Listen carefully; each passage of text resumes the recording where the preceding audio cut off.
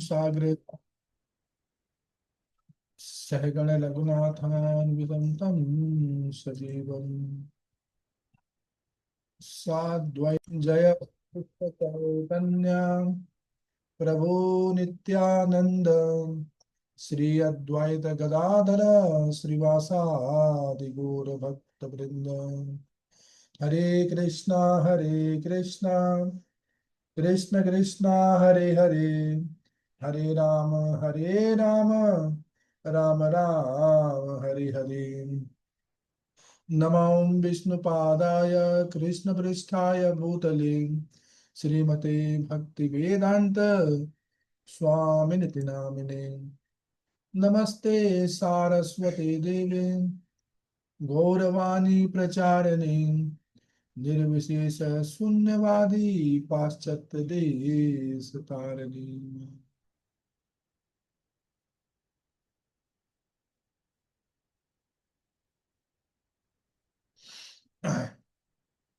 हरे कृष्णा। तो आप सभी लोगों का स्वागत है आज की विशेष कक्षा में, जिसका नाम है कृष्ण आ रहे हैं। और हम लोग इसके अंदर मिलन मंगल ठाकुर द्वारा रचित गोविंद दामोदर स्रोत को सुन रहे हैं, समझ रहे हैं, कोशिश कर रहे हैं। और आज हम लोग देखेंगे श्लोक संख्या 13। कल हम लोगों ने 12वां श्लोक देखा था। तो आज का श्लोक है निजांगने कनकेलिलोलम गोपी गृहीत्वा नवनीत गोलम अमार्यदत्पाणितालेन नेत्र गोविंद दामोदर माधवेति।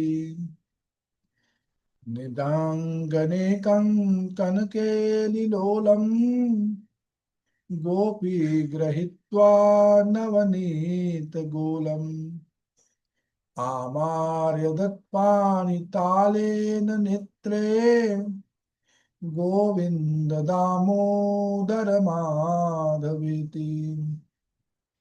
तो इस श्लोक के अंदर बिलो मंगल ठाकुर क्या कह रहे हैं कि देखिए क्या हो रहा है कि व्रज की गोपियों ने क्या कर रखा है। देखा कि उनके ही आंगन में, गोपियों के ही आंगन में क्या हो रहा है, कंगनों की मधुर ध्वनि आ रही है। जो उनकी चूड़ियां होती है ना, कंगन होते हैं, उसका ना बहुत मधुर मधुर ध्वनि आ रहा है। और उस ध्वनि के साथ क्या कर रहे हैं, एक चंचल बालक के रूप में भगवान कृष्ण को उन लोगों ने देखा कि भगवान कृष्ण खेल रहे हैं। तो क्या हुआ, उसी समय हाथ में एकदम ताजा ताजा मक्खन लिए हुए, मक्खन का गोला लेकर के गोपी क्या कर लेती है, उनको पकड़ लेती है। जब गोपी पकड़ लेती है तो इससे पहले श्लोक में देखा था कि भगवान रो रहे थे। तो उन भगवान की आंखों में आंसू को देख करके क्या किए, वो हाथ में मक्खन लगा हुआ है, पर क्या किए, भगवान की आंखों को पोंछ दिए, कि आंसू जैसे पोंछते ना मालूम। पर देखिए यहाँ तो बिलमंगल ठाकुर कह रहे हैं कि उनकी आंखों के आंसू को पोंछ दिए। पर दामोदर स्रोत में क्या देखते हैं, दामोदर अष्टकम में, कि भगवान स्वयं अपने दोनों हाथ को ऐसे ऐसे आंख को मीचते हैं। यानी जब वो ऐसे करते हैं तो क्या होता है, उनके आंख का जो काजल होता है बह बह के उनके गालों के ऊपर आता है। तो यानी जो पिछला श्लोक था दामोदर कथा से, वो ही श्लोक है ना, अब आगे की तरफ बढ़ रहा है। यानी भगवान को कंगन से खेलते हुए देख रही है, पर जब देखी गोपी कि भगवान की आंखों में आंसू है, तो उन्होंने क्या किया, धीरे से ना भगवान की आंखों को सहलाया।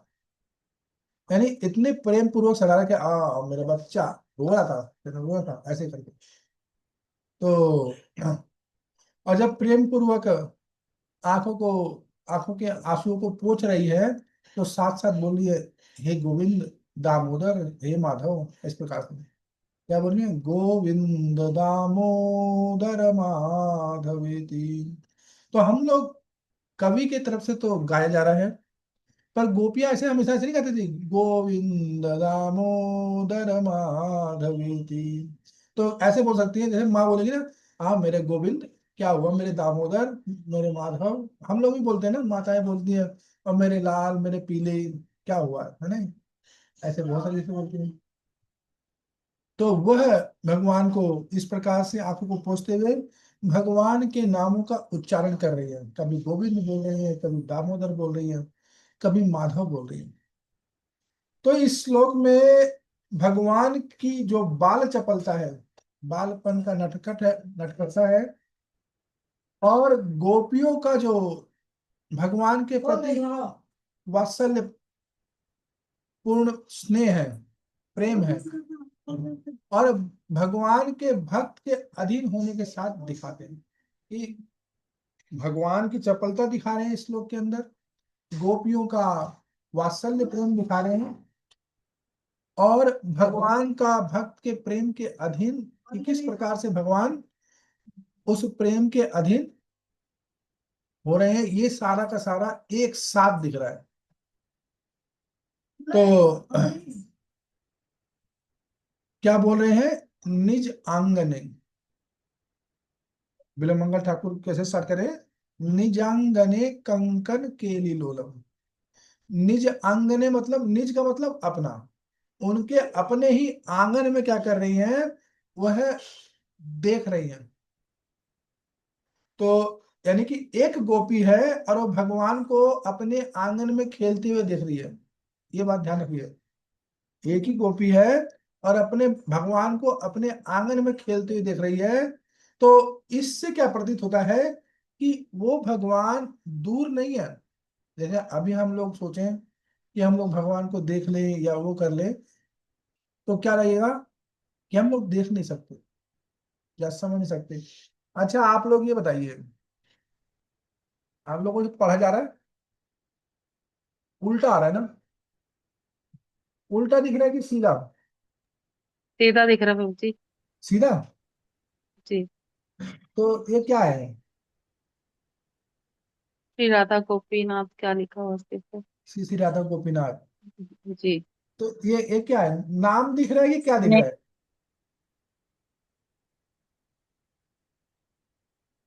ये क्या प्रभु हुआ? जी नाम।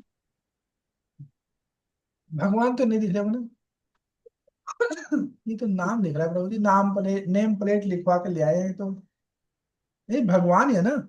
अभी हमारी आंखें उस स्तर की तरह शुद्ध नहीं हुई है कि हम भगवान के नाम और भगवान में अभी अंतर समझ पाए, अंतर देखते हैं। कि जैसे अगर आप लोग गोपी चंदन लाते हैं, फिर उस गोपी चंदन के ऊपर भगवान छपे हुए हैं, फिर क्या करते हैं, उसको निकालते हैं, पैकेट पे फेंक देते हैं, ऐसे करते हैं। या या जैसे आप मंदिर गए और कैलेंडर ले लिए, और कैलेंडर लेने के बाद 12 महीने हुए पूरे, चलो जी कैलेंडर को फेंको रद्दी में। क्यों सुनीता माता जी, ऐसे ही करते हैं सब लोग? तो देखिए क्या करना चाहिए, प्रभु जी। भगवान को फेंकना पड़ेगा। तो कोशिश करना चाहिए ना, वह कैलेंडर ना लगाएं जिसके अंदर भगवान बने हैं। क्योंकि कैलेंडर तो फेंकना पड़ेगा, या फिर आप उसको फ्रेम करवाएं। पर आप तो हर साल कैलेंडर लेंगे, और फ्रेम करवा करवा के ऐसा होगा, जब जब हमारे सारे रात गायब होंगे, तो उतने ही ना भगवान के फोटो छप जाएंगे। नहीं, तो ये ध्यान रखना चाहिए। देखिए क्या होता है, भगवान वही है, भगवान चाहे कागज में है, चाहे पत्थर में है, चाहे काष्ठ में है, चाहे रेत पे है, रेत पे किसी ने भगवान बना दिया तो वो भगवान का ही विग्रह है। तो उसी प्रकार से भगवान का नाम और भगवान में अंतर नहीं है। तो हम लोग क्या कर रहे हैं, अभी हमारी हमारी दृष्टि इस प्रकार से इस भौतिक गुणों में बाधित है कि हम लोग है ना, भगवान को ही नहीं देख पा रहे, तो भगवान के नाम को भगवान कब देखेंगे? तो वो भगवान जो कैसे हैं, बहुत दूर नहीं है, अप्राप्त नहीं है। ऐसा नहीं है कि उन भगवान को प्राप्त नहीं कर सकते, पर वही भगवान जिनको है ना योगी लोग प्रयास करते रहते हैं कि अपने हृदय में पकड़ ले। वह भगवान उस गोपी के घर में आंगन में खेल रहे हैं, मक्खन खा रहे हैं, मटके तोड़ रहे हैं, और अनेक अनेक प्रकार की ब- बच्चों के जैसी शरारतें कर रहे हैं। तो गोप गृह में यानी गोप के घर में भगवान मक्खन खाते हैं, बंदरों को मक्खन बांटते हुए देखे जाते हैं। ऐसा हम लोग भागवतम में सुनते हैं। तो इन सब भगवान, यहाँ पर ना एक बात निकल के आता है, मतलब निष्कर्ष, कि भगवान की सर्वव्यापकता मतलब ये नहीं है कि हम लोग कहते हैं ना कि भगवान तो हर जगह है। सब लोग कहते हैं ना कि भगवान तो हर जगह है। तो भगवान की उस सर्वव्यापकता का अर्थ ये नहीं है कि वो केवल निराकार रूप में है। भगवान निराकार रूप में नहीं है, सर्व निराकार रूप में भगवान हर जगह है। लेकिन कृष्ण, स्वयं भगवान भगवान कृष्ण अपने व्यक्तिगत रूप में एकदम, यानी कि एक मनुष्य के रूप, मनुष्य के फॉर्म में पर्सनली भक्तों के अत्यंत निकट रहते हैं। जो भगवान की भक्ति करते रहते हैं उनके निकट रहते हैं।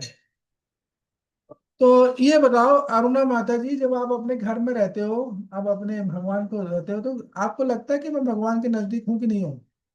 ये ऐसा लगता है नहीं, वृंदावन जाएंगे तभी हम भगवान को समझेंगे? प्रभु जी नहीं, घर में लगता है कि हमारे साथ हैं भगवान, या हम उनके साथ हैं। ऐसा लगता है ना कि हम उनके साथ जी। साथ रह रहे हैं, जी। या भगवान हमारे साथ साथ रह रहे हैं।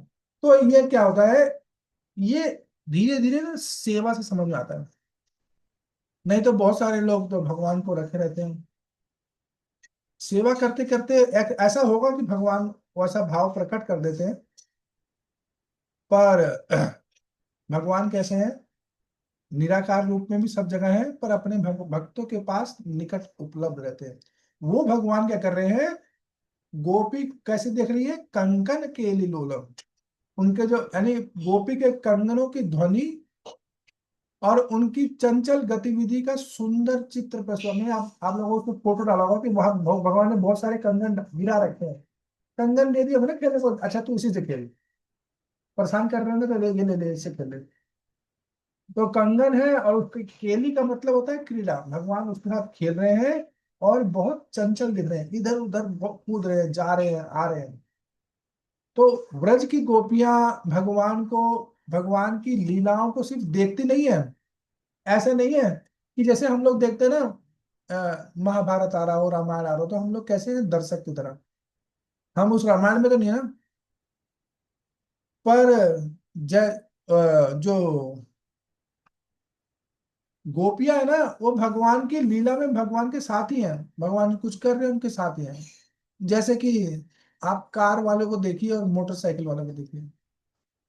कार में बैठ के जाओ ना तो ऐसा लगता है कि हम टीवी पे देख रहे हैं सब कुछ, स्क्रीन पे ऐसे दिखता है ना आगे, बड़े वाले शीशे में। पर अगर स्कूटर पे जाओ तो हम लोग फिल्म के अंदर होते हैं, कार में हम फिल्म के बाहर हैं, और कैसे हैं, और अगर स्कूटर पे है तो हम फिल्म के अंदर हैं। ऐसे ही गोपियां क्या कर रही हैं, केवल ऐसा नहीं है कि भगवान को खेलते हुए सिर्फ देख ही रही है, पर भगवान के नजदीक नहीं आ सकती या भगवान को छू नहीं सकती। भगवान की लीला में वह परस्पर सहभागी है, भगवान की लीला में, लीला को करने के लिए वो उनका हाथ बटा रही है। तो इस प्रकार से जब गोपियां भगवान को खेलते हुए देख रही हैं और सब कर रही हैं, तो ये भगवान के ऐश्वर्य का पूजा नहीं हो रहा है, सिर्फ भगवान है इसलिए सब लोग खेलते हुए देख रहे हैं। ये भगवान के साथ उनका प्रेम है। उस अंतरंग प्रेम का ये दृश्य है कि देख रहे हैं कि गोपियां देख रही है कि भगवान खेल रहे हैं, कंगन के साथ खेल रहे हैं। तो क्या कर रहे हैं, तब उन गोपी ने क्या किया, गोपी ग्रहित्वा, वो भगवान जो कंगन के साथ खेल रहे थे, उनको क्या किया, उस गोपी ने पकड़ लिया। गोपी मतलब यशोदा मैया, यहाँ पे उनके घर में है। तो उन्होंने पकड़ लिया। तो जिस कृष्ण को महान महान योगी बहुत सालों तक तपस्या करते रहते हैं, बहुत बहुत सालों तक, उन तक पहुंचने में वो बहुत कठिनाई का अनुभव करते हैं योगी लोग। पर उसी भगवान कृष्ण को एक गोपी ने क्या किया, अपने हाथ से पकड़ लिया। ज्यादा मेहनत नहीं करी भैया, दौड़ के पकड़ लिया, या खेल रहे हैं पकड़ लिया। तो कहते हैं नवनीत नो गोलम, उनके उस गोपी के हाथ में क्या था? ताजा मक्खन था हाथ में। और जो ये मक्खन है, ये केवल भोजन नहीं है। ऐसा नहीं है कि भगवान को भूख लगी है बनाना है ये एक कृष्ण सिर्फ मक्खन ही खाएगा, इसको मक्खन अच्छा लगता है। व्रज की लीला के अंदर मक्खन कृष्ण के प्रति गोपियों का प्रेम का एक अत्यंत सुंदर माध्यम है। भाई देखो, भगवान को कृष्ण ने नजदीक जल्दी आएंगे नहीं। अगर कोई गोपी अपने पास बुलाना चाहती है ना, तो मालूम है कि किससे आएंगे, कि मक्खन रखा रहेगा तब आएंगे, नहीं तो नहीं आएंगे। जैसे कि हम लोग भागवतम सुनते हैं, तो ना बहुत सारी गोपियां मक्खन बनाती थी, देखती थी ओ हमारे घर में आएगा क्या। तो जानबूझ करके जहां उनके मित्र खड़े रहते थे ना, तो वहीं से आते रहते थे, कहते रहते थी आज मैंने मक्खन बना निकाला है, और उसको पीछे वाले कमरे में ना ऊपर बांध दिया है। जानबूझ करके पूरा एड्रेस बता देती थी कि ये जाके बोलेंगे और कृष्ण आएंगे और ढूंढ ढूंढ के मक्खन खाएंगे। प्लानिंग से, यानी भगवान को बुलाने का, अपने पास बुलाने का साधन ही यही है कि मक्खन एक माध्यम है कि भगवान उनके पास आ जाए। तो वो भगवान कृष्ण जो बालक के रूप में है, वह तर्क करने से, ऐसे नहीं भगवान ऐसे होते हैं, ये करते हैं वो करते हैं, इस प्रकार से आर्गुमेंट्स करने से भगवान प्रसन्न नहीं होते हैं। भगवान जितना जल्दी मक्खन से प्रसन्न होते हैं। पर एक बात ध्यान रखना, ऐसा नहीं कि मक्खन से, क्या बोले भगवान? पत्रम पुष्पम फलम तोयम यो में भक्त्या प्रयच्छति। किसके हाथ का खाते हैं? जो भगवान का भक्त है। अरे कोई भगवान की भक्ति नहीं करता, कहता आओ जी हमारे यहाँ कीर्तन करो, और हम कीर्तन करेंगे, भगवान को भोग लगाएंगे। तो आप लोग देखे होंगे ना, जो पीले कपड़े वाले होते हैं, बाकी सब पालेंगे, जो सफेद कपड़े वाले होते हैं, पीले वाले कहेंगे हम लोग माता जी वहां से खा के चले थे, 2 ही टाइम पाते हैं, अपना बच के निकल जाते हैं। होता है कि नहीं? कभी देखा होगा कि आप लोगों ने कि ना, जो ब्रह्मचारी लोग हैं, सन्यासी लोग बच के निकल जाते हैं, कहते हैं अरे अभी तो भक्ति करता ही नहीं है।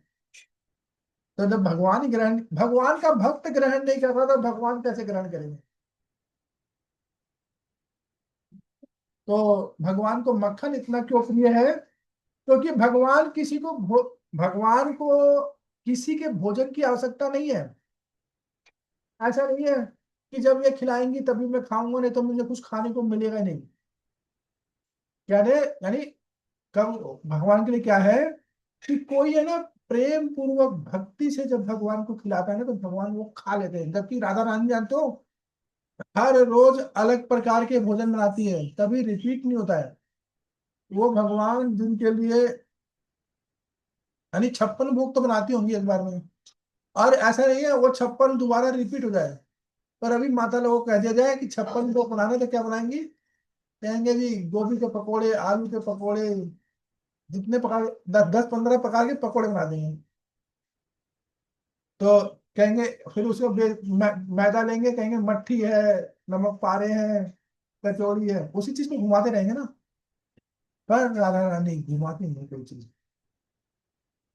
राधा रानी क्या करती है? कोई भी चीज घुमाती नहीं है। तो वो भगवान को मक्खन क्यों प्रिय है? क्योंकि मक्खन इसलिए प्रिय है क्योंकि उनको वो मक्खन किसी ने प्रेम से दिया, प्रेम से दिया है, इसलिए भगवान को वो मक्खन प्रिय है। यही कारण है कि एकदम साधारण सा व्रज है, और क्या कर रहे हैं वहां की वो व्रज वाले सारे व्रजवासी भगवान की अंतरंग सेवा करते रहते हैं, और उस अंतरंग सेवा का माध्यम बनता है ये मक्खन। बार बार मक्खन से क्या करते रहते हैं? भगवान की सेवा करते रहते हैं। क्या बोलते हैं? आमार यदत पानी ताले नेत्र। गोपी ने हथेली से क्या कर दिया?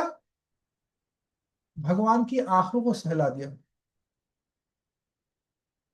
वो भगवान जिनको कोई देख नहीं सकता जल्दी। और छूने की तो बात छोड़ो, अगर छू भी लिया तो क्या कर रहे हैं वो गोपी, भगवान की आंखों को सहला रही है। पहली बात तो देखो, भगवान तो उस चीज से बने नहीं है जिस चीज से हम लोग बने हुए हैं। इससे हम लोग बने हुए हैं कि पृथ्वी जल अग्नि वायु आकाश से। और हर हर इस जगत की हर वस्तु किससे बनी हुई है? पृथ्वी जल अग्नि वायु आकाश से। तो अगर कोई वस्तु सिर्फ अग्नि से बनी हो तब भी अगर हम उसको छुएंगे तो आग लग जाएगा, हम हमारा हाथ जलेगा। या पानी से बनी हो तो भीगेगा। या कोई और चीज है तो हम उसको टच करेंगे, ठोस ठोस मालूम होगा। वह भगवान तो इस जगत के किसी भी तत्व से बने ही नहीं। कैसा लगता होगा? उन भगवान को सहला रहे हैं, उनकी आंखों को सहला रहे हैं। तो यानी कि वह यशोदा मैया जब भगवान को पकड़ लेती है और भगवान रो रहे हैं, तो उनके नेत्रों के जो काजल जब एक साथ ऐसे रो रो के जब उन्होंने अपना काजल मिला लिया था पूरे मुंह पे, काले एक तो काले है, ऊपर से फिर से काले। काले पे काले कैसे करते हैं? पर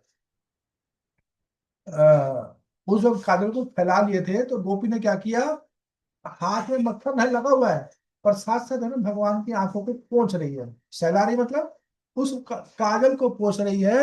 और उस काजल को जो कि उनके चेहरे पे फैला हुआ है, यहाँ कह रहे हैं कि आमार्यदत पानी तालेन नेत्र।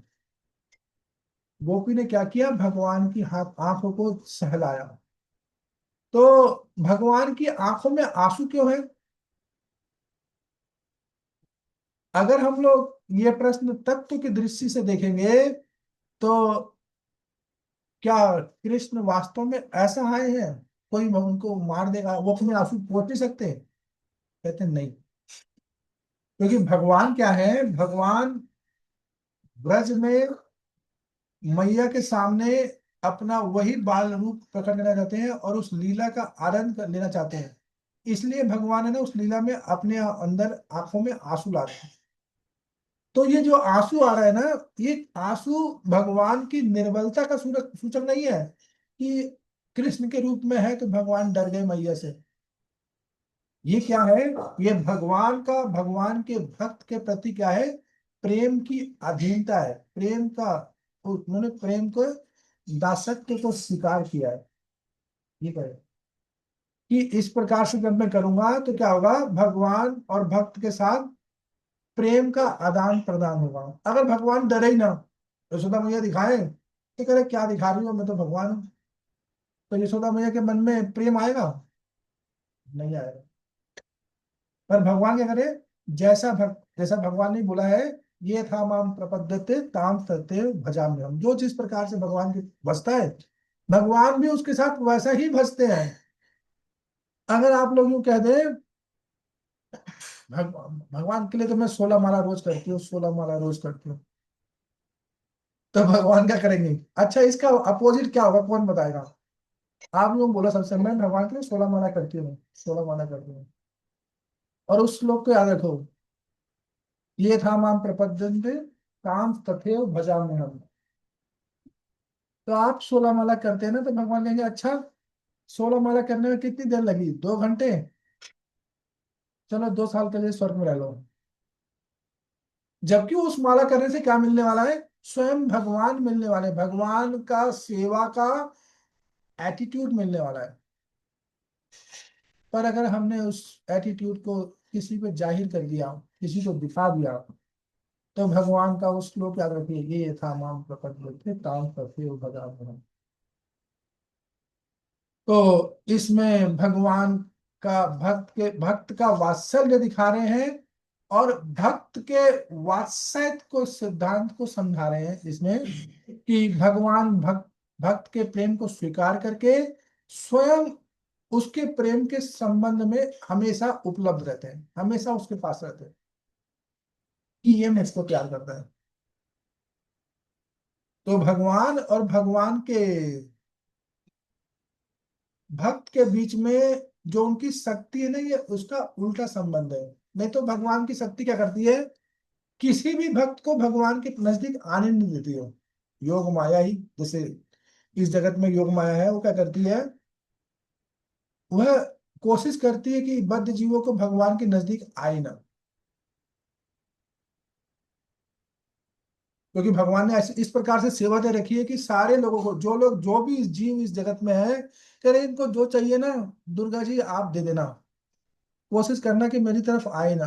पर वो दुर्गा जी स्वयं दूसरे स्कंद में दिखाते हैं, क्या करते हैं, भगवान के पीछे खड़ी रहती है हमेशा, और शर्माती रहती है, भगवान के सामने आना नहीं चाहती। क्यों? क्योंकि भगवान के जो अंश है, उनको भगवान से मोड़ करके अपनी तरफ मोड़ी हुई है, मुंह मोड़ दिया है उनका, इसलिए वो शर्माते रहते हैं।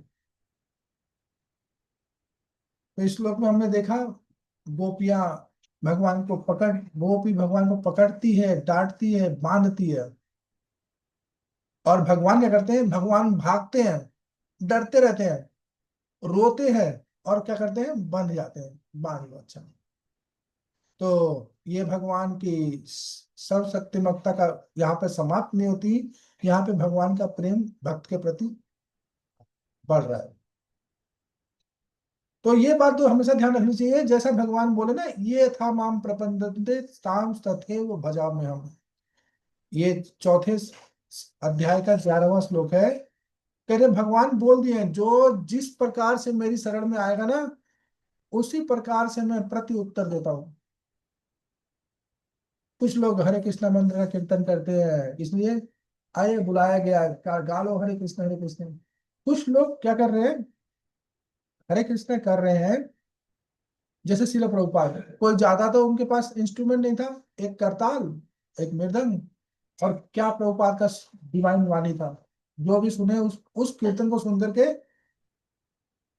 कीर्तन में नाचने नहीं लगा, वो भक्त बन गया, सन्यासी सन्यासी बन गया। कितना पावरफुल है उनका कीर्तन। और नहीं तो बहुत सारे लोग, जैसे कि बनारस में जहाँ पे चैतन्य महाप्रभु गए थे, वहां पर ना हमेशा कीर्तन होता रहता है।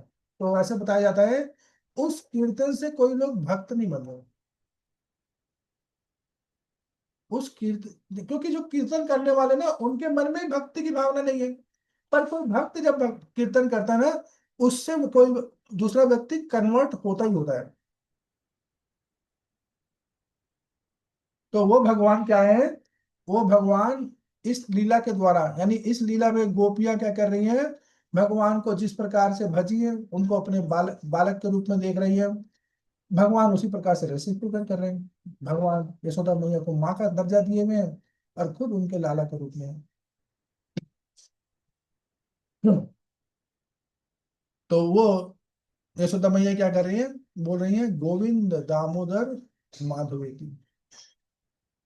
तो क्यों गोविंद क्यों बोल रही है, क्योंकि वो व्रज को आनंद देने वाले हैं। और दामोदर क्यों बनी बोलती है, क्योंकि वह उनकी प्रेम की रस्सी से बंधे हुए हैं। और माधव क्यों कह रही है, भगवान है।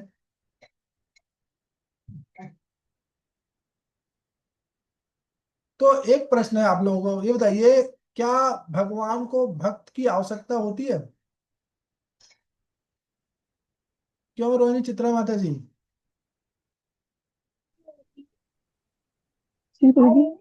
भगवान को भक्त की आवश्यकता होती है कि नहीं होती है?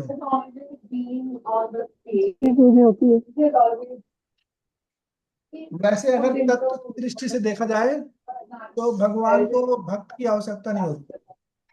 भगवान अपने आप में पूर्ण है, यहाँ तक कि राधा रानी की जरूरत नहीं होती, क्योंकि कृष्ण पूर्ण है। पर क्या होता है, लीला के दृष्टि से उनको ना, अगर, क्योंकि भगवान स्वयं बोले ना कि इस तीनों जगत में मुझे, मेरे लिए करने के लिए कुछ नहीं है, फिर भी वो भक्तों के साथ क्या करते हैं, अंतरंग होते रहते हैं। क्यों? क्योंकि ये उनकी आवश्यकता नहीं है कि कोई भक्त उनको मक्खन खिलाए, कोई उनको वो करे, कोई उनके उनकी भगवत गीता को सुने। ये भगवान का भक्त के साथ उसकी प्रेम की स्वतंत्र लीला है। भगवान भक्तों से प्रेम करते हैं, इसलिए भगवान भक्तों के साथ रहते हैं।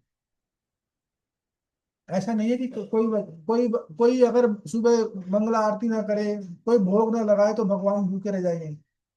भगवान अपने आप में सक्षम है। तो गोपी का हाथ है, भगवान की आंखें हैं, तो ये एक सुंदर वो दिखा दे रहे हैं, वर्णन कर रहे हैं बिलमंगल ठाकुर कि किस प्रकार से भगवान का भक्त भगवान की आंखों को भी टच कर सकता है, भगवान को टच कर सकता है। तो इस श्लोक में हम लोग क्या सीखा है कि भगवान केवल ऐश्वर्य से नहीं देखे जा सकते, और सेवा का जो मूल्य है ना, वह प्रेम है। आप भगवान की सेवा करेंगे, कुछ भी कर किसी भी प्रकार से सेवा कर रहे हैं, तो भगवान उस सेवा का मूल्य क्या करते हैं, अपना प्रेम देकर चुकाते हैं। हम लोग कुछ चीज खरीदते हैं, पैसा देकर लेते हैं, पर भगवान क्या करते हैं, भगवान आपकी कोई चीज लेंगे तो अपना प्रेम देकर देंगे कि आप अच्छा मेरे लिए किया, उसके बदले में आपको प्रेम दूंगी। तो यानी इस श्लोक में हमने क्या देखा, कृष्ण को पकड़ने के लिए संसार की शक्तियां पर्याप्त नहीं है, लेकिन शुद्ध प्रेम से भक्तों के हाथों में भगवान उपलब्ध है। गोपी के हाथ यानी यशोदा मैया के हाथ में मक्खन है, उनकी हथेली कृष्ण के आंखों के आंसुओं को पोंछ रही है, और उनकी जीवा फिर भी पुकार रही है, क्या कर रही है, गोविंद दामोदर माधवेति। भगवान की कुछ भी सेवा कर रहे हैं, पर कंटिन्यूअस कीर्तन नाम संकीर्तन चलता रहता है। ये आप अगले श्लोक में देखिए क्या बोल रहे हैं वहां पे। ये तो यशोदा मैया के घर में हुआ, व्रज में हम देख रहे हैं किसमें, जो नंद बाबा का घर है जहाँ पे भगवान रहते हैं।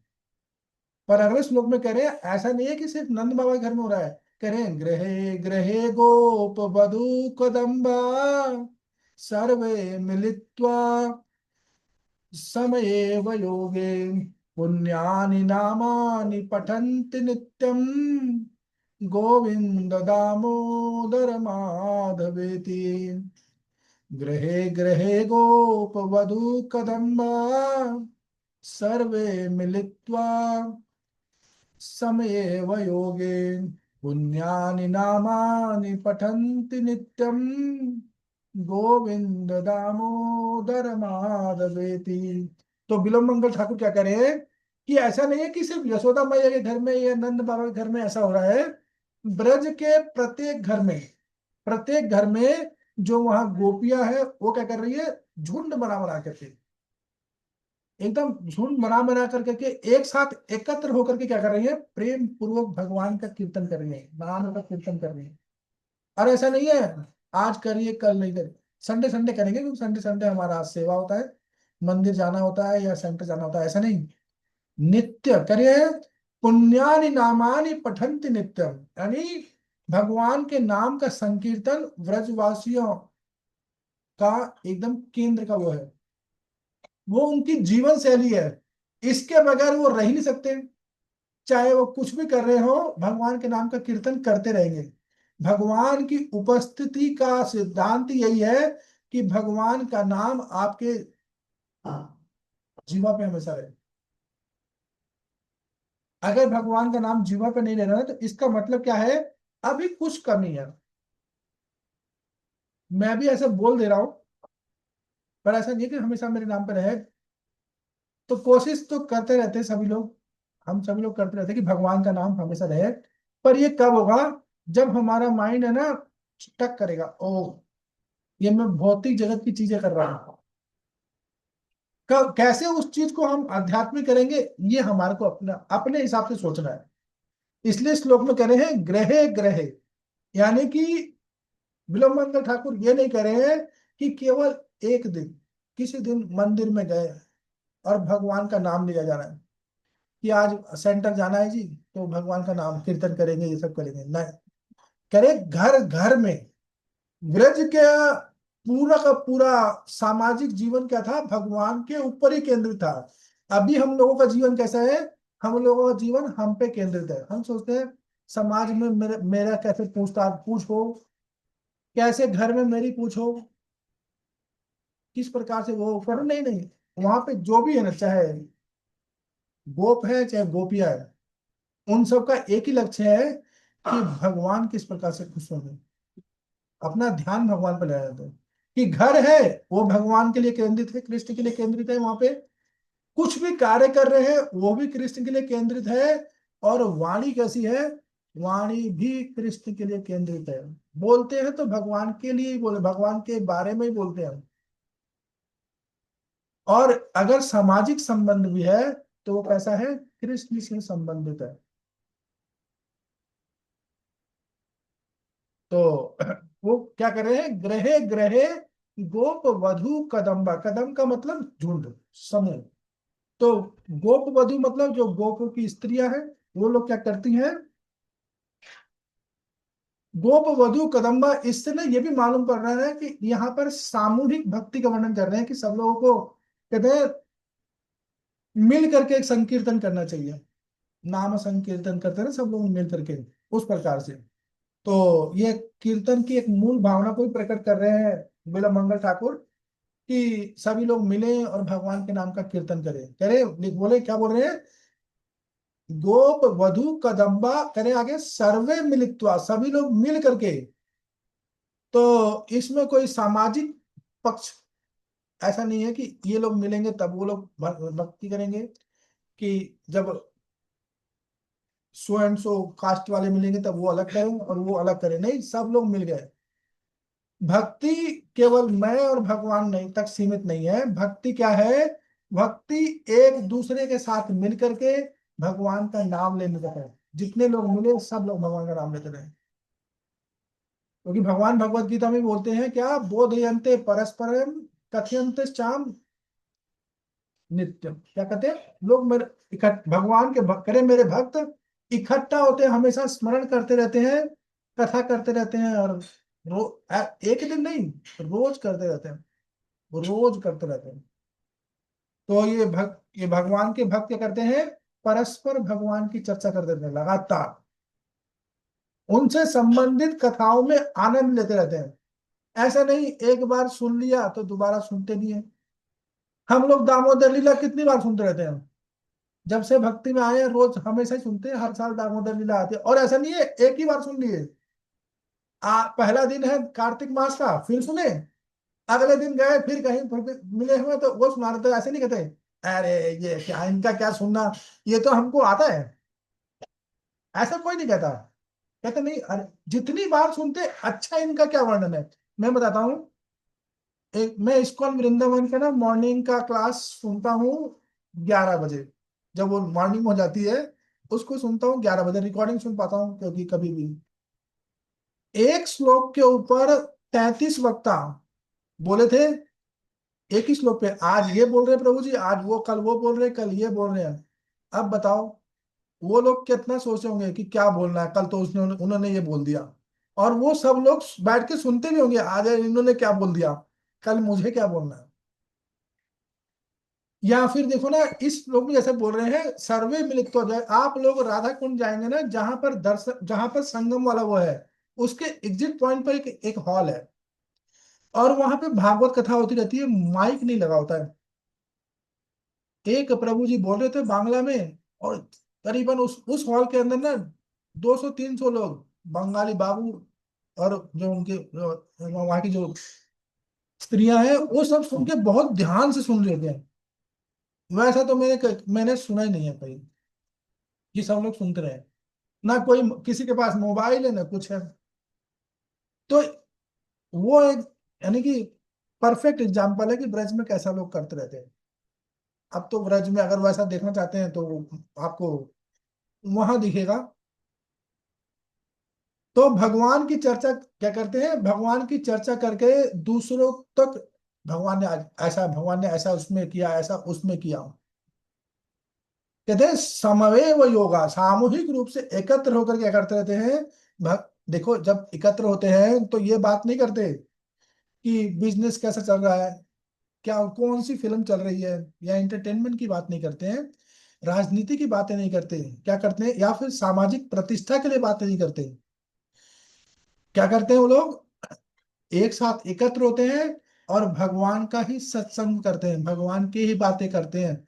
ये भक्ति का मूल सिद्धांत है। हिज होलीनेस राधानाथ स्वामी महाराज कहते हैं कि देखिए, भक्त का संग कब होता है? भक्त का संग वो संग है जब भक्त सब आपस में मिले और शास्त्र बीच में हो। शास्त्र को बात रख के सामने, वह बात करे, वही संग है। ऐसा नहीं हमें वैष्णवों का संग करना है, उनके साथ घूम रहे हैं, साधु संग हो रहा है जी। वो साधु संग नहीं है। वो क्या होगा, वह हमारी भक्ति लता के साथ उगा हुआ खरपतवार है।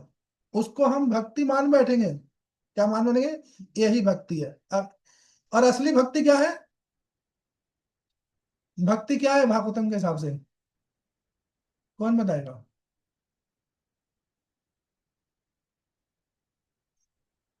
श्रवणम कीर्तनम विष्णु, वो पाद सेवनम अर्चनम दास्यम साख्यम आत्मनिवेदनम, इसके अलावा कुछ भी कर रहे हैं ना, वो भक्ति नहीं है। भागवत बोल रही है श्रवणम कीर्तनम स्मरणम अर्चनम दास्यम आत्मनिवेदनम, इसके अलावा बताओ भक्ति क्या है। इसके अलावा चैतन्य चरितमृत में वही बताया, चैतन्य महाप्रभु बताते हैं जो भी अलग से खरपतवार है ना, वो चीज है। और हम लोगों के साथ गलती क्या होती है, हम लोग उसी को भक्ति मान बैठते हैं। ये चक्कर होता है। तो भगवान के भक्त क्या करते रहते हैं, आपस में बैठते हैं और भगवान की ही बातें करते रहते हैं। वो क्या बोलते हैं, पुण्यानि नामानि, उन नामों को बोलते हैं जो कैसे पवित्र है, पुण्यदायक है। गोविंद बोल रहे हैं, दामोदर बोल रहे हैं, माधव बोल रहे हैं। भगवान के पवित्र नाम को बोलते हैं, सुनते हैं। तो कृष्ण का नाम लेना, कृष्ण का स्मरण करना, यही कारण है कि इस श्लोक में कृष्ण नाम नहीं है, बल्कि तीन नाम है। क्या है, गोविंद, दामोदर, माधव। कोई भी नाम ले सकते हैं। देखो ना, अंतर यही है। मैं इसको, आप लोगों को दिख रहा है, इसको मैं नंबर प्लेट समझूं या भगवान समझूं, ये हमारे कॉन्शियसनेस के ऊपर है ना। रोज इस, जैसे हम विग्रह की सेवा करते हैं, इनकी भी सेवा करनी पड़ेगी कि नहीं करनी पड़ेगी, सेम करना पड़ेगा।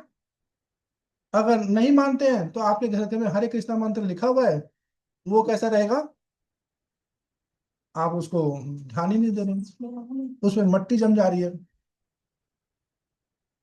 तो नाम और नामी में क्या संबंध है। सामान्य व्यक्ति क्या होता है, जनरली नाम और नाम, हम लोग क्या होते हैं, हम जैसे मेरा नाम शांतिमय सीतानाथ है और मेरे मेरे नाम में और मैं अलग हूं, कि अगर आप लोग मेरा नाम लेंगे तो मैं आपके यहाँ घर में उपस्थित नहीं हो सकता। लेकिन आप भगवान का नाम लेंगे तो भगवान आपके यहाँ अवेलेबल है। आपने बोला कृष्ण, साथ में आपकी जीवा पे नाच रहे हैं।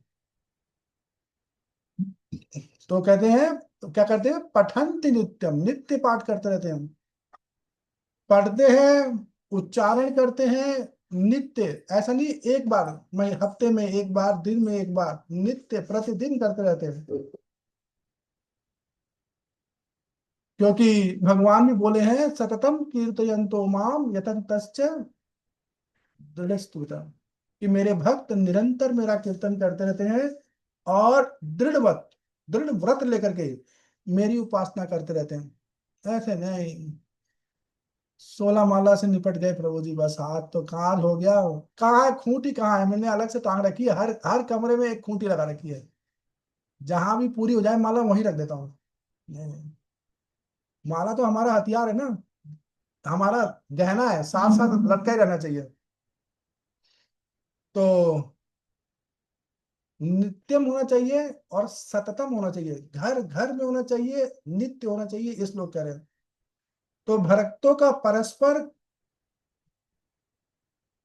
भगवान के साथ कथन क्या है, कहते हैं भगवान बोलते हैं, मत चित्त मत गतः प्राण बोधयंती परस्परम तत्यंतश्च माम नित्यम तुष्यंति च रमन्ति च। अपना चित्त मेरे में लगाए रहते हैं, अपना मन, अपने प्राण सब मुझ पे समर्पित करते रहते हैं। प्राण का मतलब फिर एक बार पूछना चाहूंगा, मैंने एक बार बताया था और लोगों को, प्राण का मतलब जान नहीं। भगवान आपके लिए जान दे देंगे, किसने वैसे बोलता, कैसे बोला कैसे। प्राण का मतलब क्या है, 9 प्रकार के प्राण है जो हमारे शरीर को चलाते हैं। वह सब भगवान में, खाते वक्त पचा, एक पचाने वाला प्राण है, और एक बोलने वाला है, एक सांस लेने वाला है। उन सब प्राणों को कह रहे भगवान मुझ पर अर्पित करते रहते हैं, परस्पर मेरी कथाएं करते हैं, उनमें आनंद प्राप्त करते हैं। तो इस प्रकार से इस श्लोक के अंदर नाम संकीर्तन के द्वारा बता रहे हैं, जब अगर हम नाम संकीर्तन करते रहेंगे तो हमारे मन की शुद्धि होगी। मनुष्य की समस्या केवल बाहरी परिस्थितियां नहीं है जो हमको दिख रहा है ना। अभी हम लोग थोड़ी देर के लिए आप न्यूज सुनने लग जाए तो ये कांग्रेस और बीजेपी वाले ना ऐसा कर देंगे कि हम अब जीना मुश्किल हो जाएगा, कैसे चलेगा। अब मैं कथा सुन, मैं 1 मिनट के लिए भी देख लेता हूँ ना, कोई सुन रहा होता है, मेरे पापा सुन रहे होते हैं, तो मुझको ना घबराहट सुनने लगती है। मैंने कि क्या सी बात कर रहे हैं ये लोग, अब तो कुछ नहीं होने वाला। और कुछ लोग ऐसे ही बोलेंगे, भाई अब देखो कलयुग आ गया, इसके जब कुछ दिनों के बाद है ना सतयुग आ जाएगा, सारा खत्म और सतयुग आ जाएगा। अभी तो कलयुग का रूप दिख रहा है।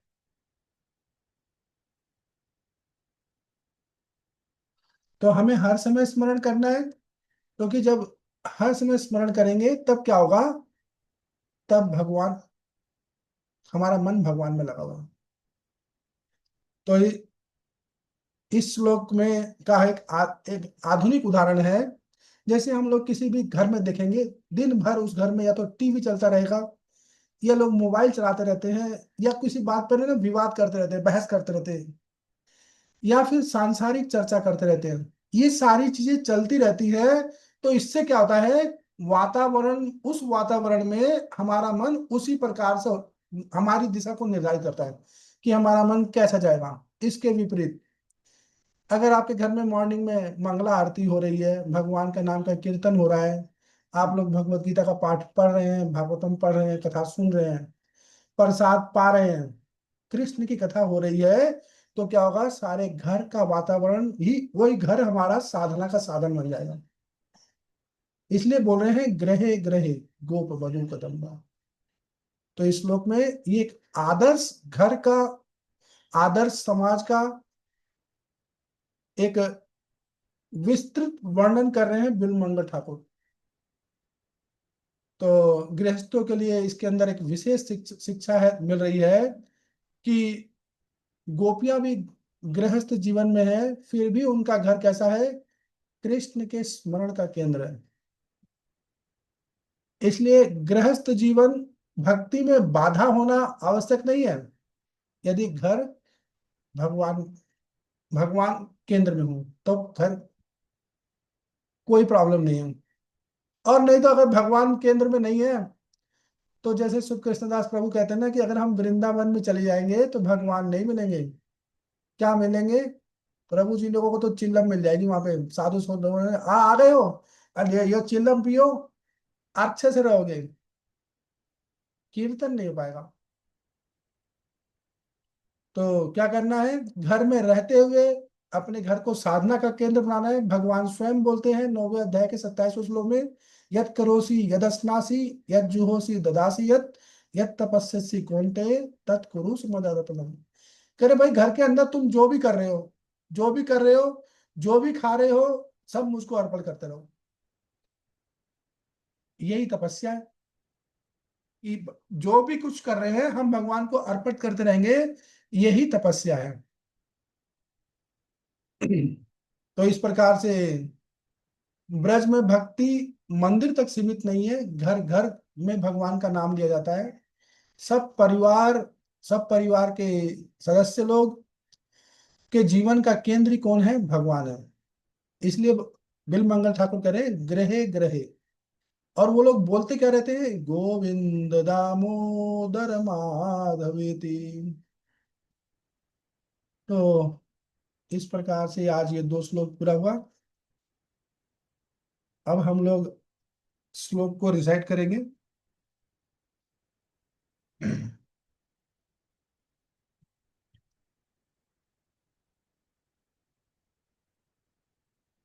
पहले मैं कर दूं, निजांगने कंकन केली लोलम गोपी गृहीत्वा नवनीत गोलम आमार्यदत् पाणितलेन नेत्रे गोविंद दामोदर माधवेति। गृहे गृहे गोप वधू कदम्बा सर्वे मिलित्वा समवाय योगे पुण्यानि नामानि पठन्ति नित्यम् गोविंद दामोदर माधवेति, गोविंद दामोदर माधवेति। जी बोलिए उपेंद्र प्रभु जी। हाँ हाँ बोलिए बोलिए, जम के बोलिए। हरे कृष्णा प्रभु जी, दंडवत प्रणाम। धन्यवाद प्रभु। प्रभु जी, दूसरे मीटर पे इसको हम कर सकते हैं, कोई हाँ दिक्कत तो हाँ नहीं? हाँ, आप जो मर्जी मीटर चलाओ प्रभु जी, चलाओ पर। ठीक है प्रभु जी।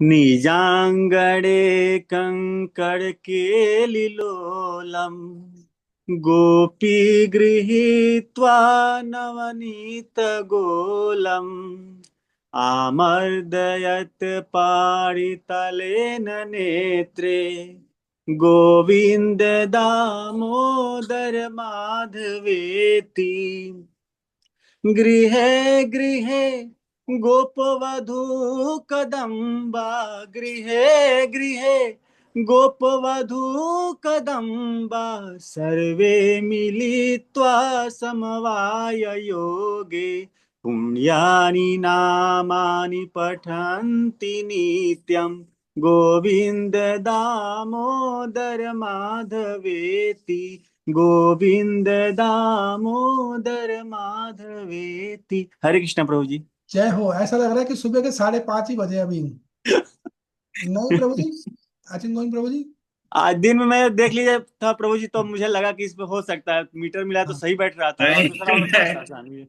मैं तो सोच रहा हूँ कि अब 3 मीटर हो गए, मेरा तो चला गया मीटर।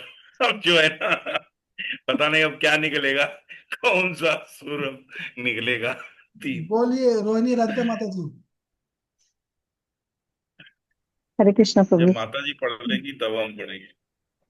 निजागणे कणकण केलिलोलं गोपी गृहीत्वा नवनीत गोलम् आमदयत् पाणितले नेत्रे गोविन्द दामोदर माधवेति गृहे गृहे गोपवधू कदम्बा सर्वे मिलित्वा समवायोगे पुण्यानि नामानि पठन्ति नित्यं गोविन्द दामोदर माधवेति गोविन्द दामोदर माधवेति।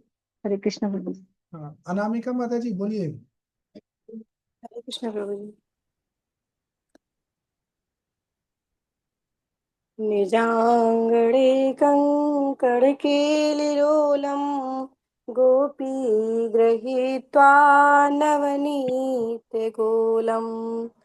आमर्दयत् पाणितलेन नेत्रे गोविन्द दामोदर माधवेति गृहे गृहे गोपवधू कदम्बा सर्वे मिलित्वा समवाययोगे पुण्यानि नामानि पठन्ति नित्यं गोविन्द दामोदर माधवेति।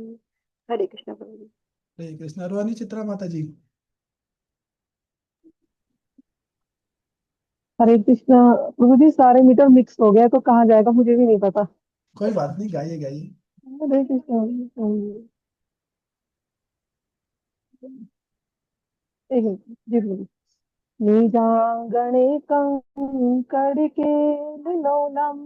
गोपी गृहीत्वा नवनीतगोलम् आमर्दयद्वाणितलेन नेत्रे गोविन्ददामोदर माधवेति गृहे गृहे गोपीवधू कदम्बः सर्वे मिलित्वा समवाययोगे पुण्यानि नामानि पठन्ति नित्यं गोविन्द दामोदर माधवेति गोविन्द दामोदर माधवेति।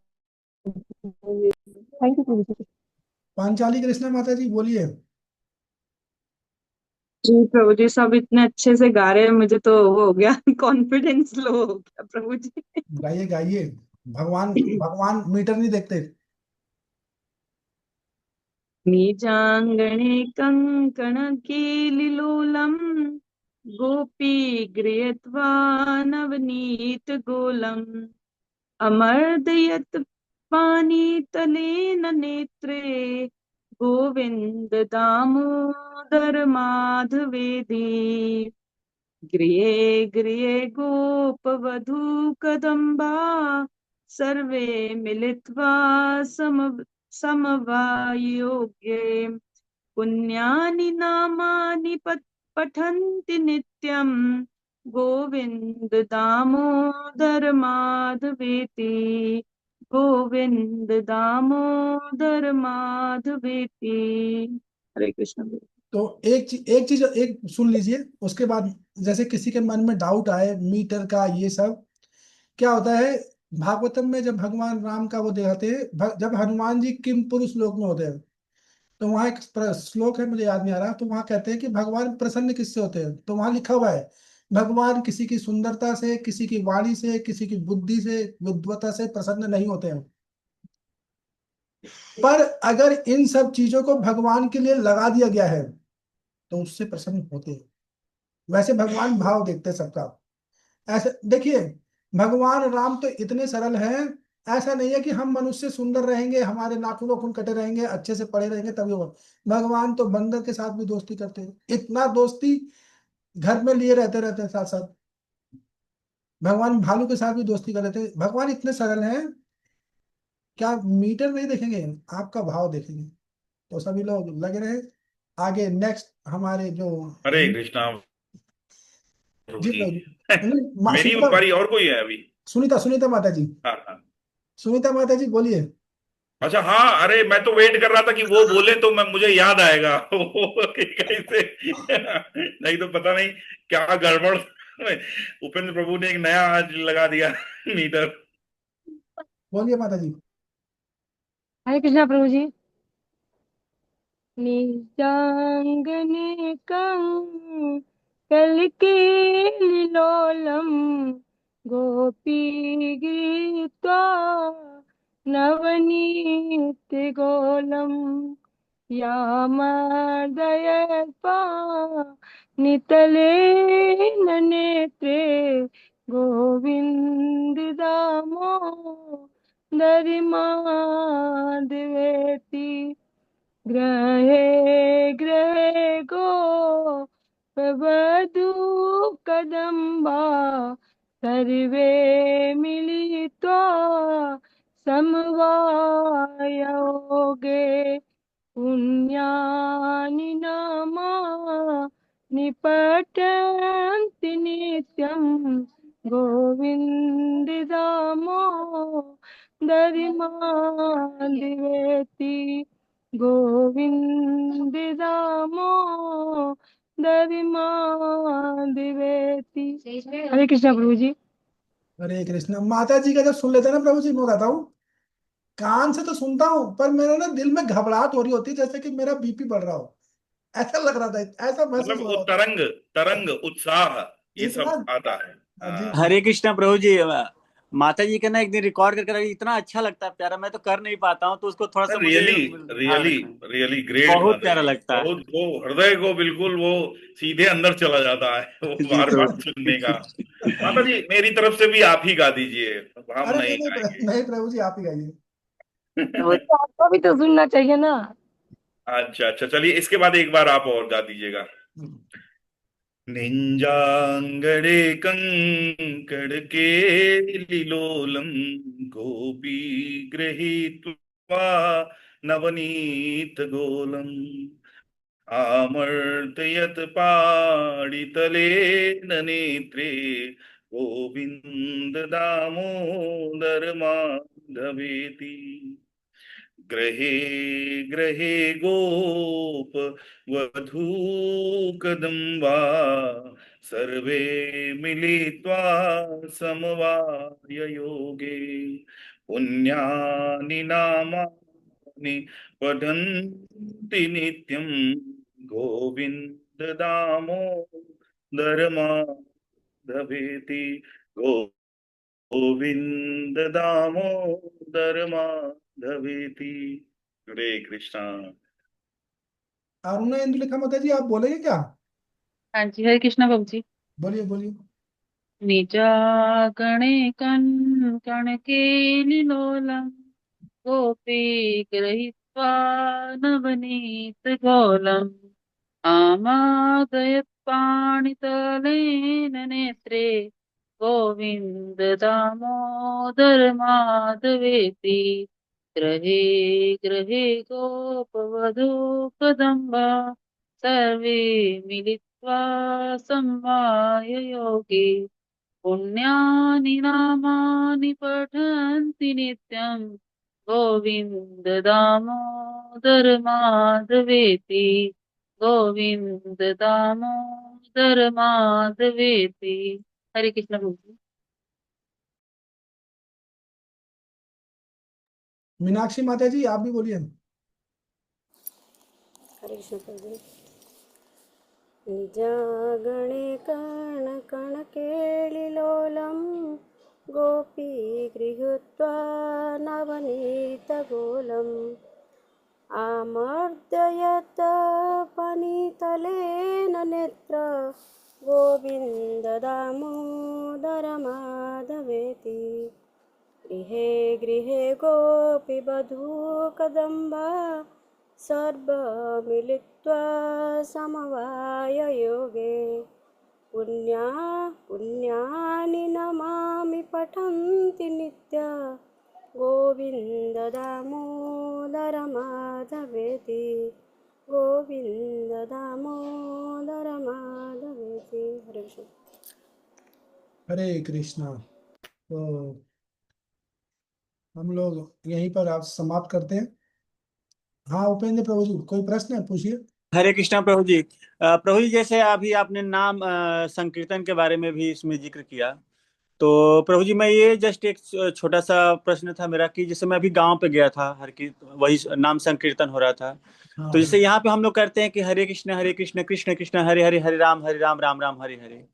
और वहां पे गया तो मतलब वो लोग हरे राम राम राम हरे हरे, हरे कृष्ण कृष्ण कृष्ण हरे हरे। तो कोई मतलब अंतर या कुछ उसका, या दोनों ये महामंत्र है या इसी तरह से किए जाते हैं कुछ? प्रभु जी, हरे कृष्ण। जो महामंत्र है ना, उसमें तो पहले लिखा हुआ है ऐसे ही कि हरे कृष्ण कृष्ण कृष्ण हरे हरे, हरे राम राम राम हरे हरे। जो लोग है ना उल्टा स्टार्ट करते हैं, वैसे तो कई जगह लिखा भी हुआ है हरे राम से स्टार्ट हो रखा है, पर जितने लोग हरे राम वाले गा रहे हैं वो ये सोचते हैं कि राम राम के लिए है और कृष्ण कृष्ण के लिए है। पर है ना, एक बात ध्यान रखिए, किसी देवी देवता के मंत्र में कोई दूसरा देवता इंटरफेयर नहीं करता है। अगर गणेश जी का मंत्र बोल रहे हैं तो उसके अंदर शिव जी नहीं आते हैं। जी जी प्रभु जी। तो पर है ना, अगर हम हरे कृष्ण बोल रहे हैं तो जो राम राम बोल रहे हैं वो राम भी कृष्ण ही है। जी जी प्रभु जी। राम के साथ राधा रानी कैसे आ सकती है? हरे राम बोल रहे हैं ना, तो वो लोगों को समझने में अंतर है, तो इसलिए वो लोग। नहीं प्रभु जी, जैसे जो हम लोग ये महामंत्र पढ़ते हैं इसमें भी तो सेकेंड लाइन उसमें करते हैं, उसी को उसमें फर्स्ट करते हैं, बाकी तो सारा कुछ सेम है, हाँ उसमें वो लोग शब्द जो चेंज लोग नहीं है। हाँ जो लोग फर्स्ट कर रहे हैं ना वो समझते हैं राम पहले आए हैं कृष्ण बाद में आए हैं। अच्छा अच्छा अच्छा अच्छा अच्छा प्रभु जी। और राम और कृष्ण को अलग भी समझते हैं। पर ओके ओके।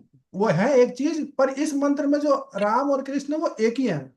राम नहीं है, वो राम नहीं है, सीता के राम है। जी जी प्रभु जी। तो ये थोड़ा तत्व की दृष्टि से देखना पड़ेगा।